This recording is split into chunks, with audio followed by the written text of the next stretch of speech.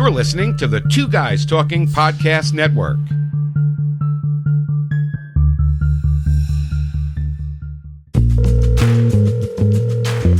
Hello? This is Agent Zero! I watch and react to content so you don't have to, because everything starts with zero! This time, Agent Zero reacts to Star Wars The Acolyte, Season 1, Episode 4, Day. We've arrived on Kofar, and we see a Wookiee, one that's familiar, as well as his home that we've seen in a previous episode. This time, we see inside. The walls are adorned with strange white drawings, carvings, and more. They're reminiscent of the mark/tattoo/branding/whatever on Mama Anastasia and May's foreheads. Wow. Looks like it's time for some grub and continued obsessive thoughts/OCD activity for Kelneka the Wookiee. Meanwhile, over on Coruscant, we see young Jedi Padawan Jeki doing some kind of swordplay, training with a group of other young Jedi Padawans. Hey, Osha's here too! There's a new face and presence here too! Strangely, a white dude! In white robes, sharing tidbits of instruction to guide the new minds into better days and more effective Jedi activity. Osha's come to thank Jeki for her help in finding May. That's sweet. Oh, what's this? Osha's curious if Jeki will miss her?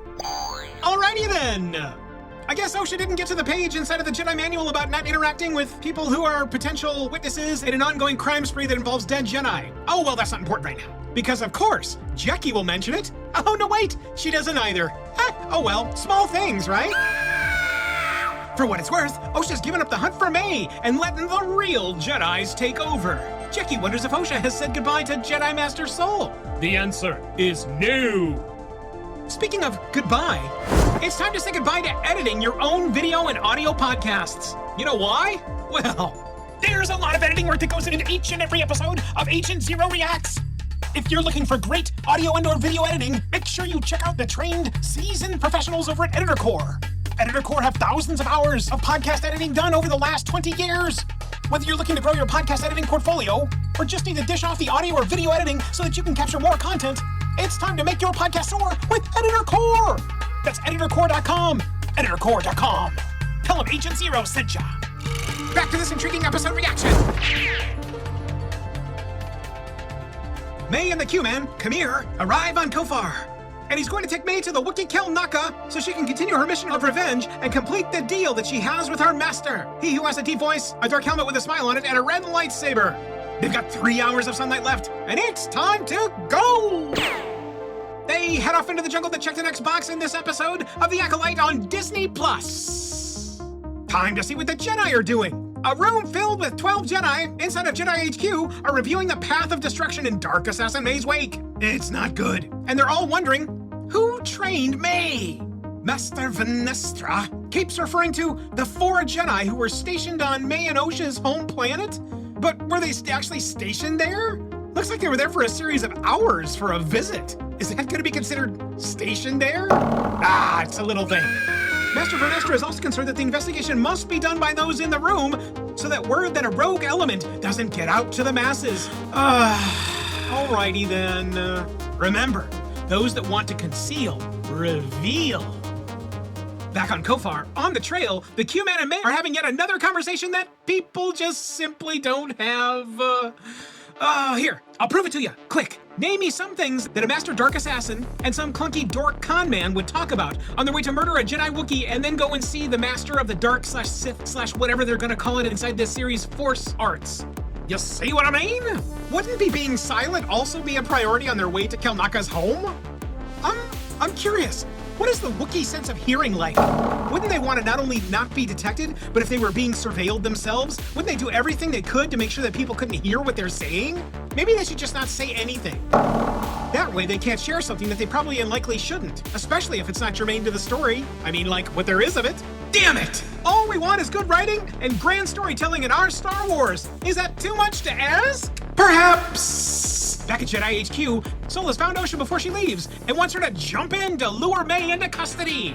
For some reason, Sol doesn't want May to get hurt. Want to tell that to Jedi Master Trinity/Indara and Torben's Force Ghosts, or perhaps the crispy cordwood piles of dead lesbian space witch coven seamstresses quick? May is a grade A murderer and has likely been trafficking death for many years of the last 16 years. What the hell are we talking about here? Anyway, OSHA's in on the hunt now, and they're hurtling towards Kofar also. Kel Naka hasn't been heard from in over a year. Oh boy. You know what? Why don't we send down an entire array of probe droids to find him and determine his status? Nah. Let's pile an entire detachment of Jedi and some giant beaver slash ferret slash muskrat slash otter slash squirrel prairie dog thing. Yeah. Let's do that. By the way, the giant beaver slash muskrat slash otter slash squirrel slash prairie dog's name is Basil. Boy, that sure is easier. That's good to know. Not too sure what his, they, them, what's its role is, but glad that we sped by that speed bump quickly. Question. I can understand that May and the Q-Man are putting their ship down far enough from Kel Naka's abode to try to avoid detection and walk in. Fine. Whatever. However, why are they still talking as loud as humanly possible? Like, seriously. Just trudge around, drag your bags, who cares? The Jedi ship also arrives at Kofar, and there's no better way to begin finding Kel Naka than to begin asking the scattered alien townsfolk if they've seen a Wookiee, right? Right. Another question. What kind of starship doesn't have scanners to find life forms of a specific kind on something like a wide-open planet? I wonder how life forms have ever been detected in the history of science fiction. Just to remind everyone, yes, this is and has been a life and death situation since 6.5 minutes into the first hour of this series. Where on Kofar is the sense of urgency in the storytelling showcased here? The chatting with the townsfolk is over and they got nothing. But you know what? Saul's got something. He's got the Force. This feeling, that's supposed to be connecting and binding us to all things together, and Saul stares towards the tremendous forest, and forestward, the Jedi entourage goes. Yet another question. I wonder where the entourage bought their lightsabers. Well, you know what? If they didn't bring them, I know where they can get a great one that'll perform for them. You know where? Theory Sabers, that's who. High-quality lightsabers of every type, time, character, and you won't believe how incredible the sound is. Make sure you check them out and tell them that Agent Zero sent ya. Check them out now at TheorySabers.com. Code Theory10 gets you a discount, but don't wait. Act today, or the Dark Assassin will add you to her shortlist. Back to this intriguing episode reaction. All right, well, it looks like the entourage has got their sabers, but how are they going to find Kel Naka in this massive forest? Let the giant beaver slash ferret slash muskrat slash otter slash squirrel slash prairie dog superpowers begin! How, you ask? Yord gives Basil some piece of clothing or something apparently the Kel Naka wore before sometime previously on another mission, I guess. I don't know. I've got another question for everyone. Everyone that's got some clothing from, I don't know, like a coworker from a year ago in your belt slash purse slash pocket in your car, whatever you use, please raise your hand. Waiting, and I don't see anything. While we're waiting for hands, you know what else you can do? You can hit the like button down below this video. Be sure to also subscribe so that you'll get Agent Zero Reacts videos directly into your email box when they come out. Waiting, and I don't see anything. Right. That's what I thought. We've talked about something vitally important inside of storytelling for years, but it'll bear fruit to share again. You see, while the one-year-old leftover clothing credibility factor is small and perhaps nitpicky, the collective preponderance of all the little things that are overlooked by the showrunner and the writers inside this series is just a nagging collective boat anchor on the storytelling process.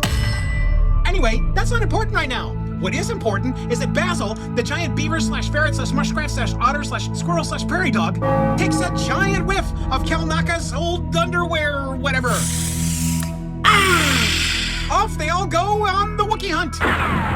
Time for a vast countrywide style travel montage. Yeehaw! Sure is pretty. Too bad the dialogue isn't nearly as beautiful as the scenery. Osha tells Yord that she's sorry if he's mad at her. What? How old are we inside this series? Osha also shares that she's concerned that Jedi Master Soul thinks that May can be saved. What? Yord thinks that perhaps Soul brought Osha here so that she can finally face someone that's been trained to kill her for 16 years? What? It's just more gobbledygook that just proves that the writers have no intention of giving us something decent to watch to be sure. And hey, what's this? Oh no! Master Yord just engaged in the magic terminal process of giving what sounds like friendly advice to someone he shouldn't be talking to so casually. Well, that's likely canceled all potential. potential follow-up appearances inside the Acolyte Season 2. Oh, wait a minute. I guess there's always flashback scenes, right? Back to the trudging drudgery of May and the Q-Man as they get closer and closer to their target, Kalnaka. The forests are getting thicker, just like most of the characters' thought processes inside this series. Rah! What do you know? It's our favorite giant beaver, ferret, muskrat, otter, squirrel, prairie dog, Basil, has found the path. He continues. Rah! Rah! Truly Emmy award-winning dialogue from Basil, to be sure. Good thing that at least Yord understands what he's saying. Be sure to leave what you think Basil is saying in the comments below. Eventually, they pass by a series of trees with giant cocoons of some kind that... Well, what the hell is that? That looks like some sort of giant roach that peels away and crawls up the other side of the tree. There's some kind of creature snarling and... Oh my god, it looks like some sort of giant moth. It's Mothra Jr. It flies and charges towards the group, and Master Soul charges up his lightsaber and slices the giant moth in twain. Twain, I say. Twain! Yet another question. Why don't the other giant smaller than Mothra moths wake up and do exactly the same thing to chase the person with a lightsaber? I don't know. Maybe the one they killed was the one nobody liked? Not important right now. Small things. And it's time to move on with the adventure, so never mind. Not important. Move along. Holy cow, the ticks are gonna be raucous inside the Jedi robes. Back to the Q-Man and May. Q-Man is outpacing the career Dark Assassin for some reason. I don't know. Boy, that's strange. Doesn't seem that he'd be able to do that unless, of course, there's more to him than there actually is here. But gee whiz, there's no way that could happen. You know what, though? It's such a good thing that there are so many male characters in this show that could potentially be the dark helmeted, deep-voiced character in this series. Man, we are so lucky. Remember to subscribe, like, and share everywhere! May continues to share more pointless detail for a dude that's simply a guide and con man. And the swelling, suspenseful music comes to a showcase that May is formulating a plan. What? A plan, I say! Finally a plan. May and the Q-Man stop to rest. Q-Man's going to go grab her some water. As the Q-Man heads to get water, May grabs some line that they brought in with him and, no idea what's going to happen next because we smash cut to the other Jedi entourage where the giant beaver slash ferret slash muskrat slash otter slash squirrel slash prairie dog, Basil, has lost the rest of the group. All right. You know, I'm so proud that we didn't waste the budget on making the whole probe droid reel, man. That just would have been such a waste of money. Money and common sense.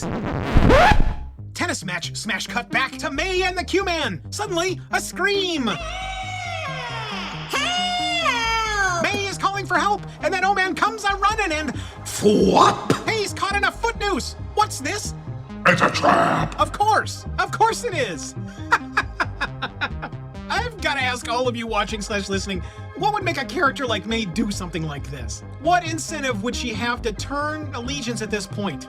Nothing has impacted her. She's clearly shown that she's not only dedicated to perpetuating death, but has the skill sets, opportunity, and verve to pull all of it off regularly.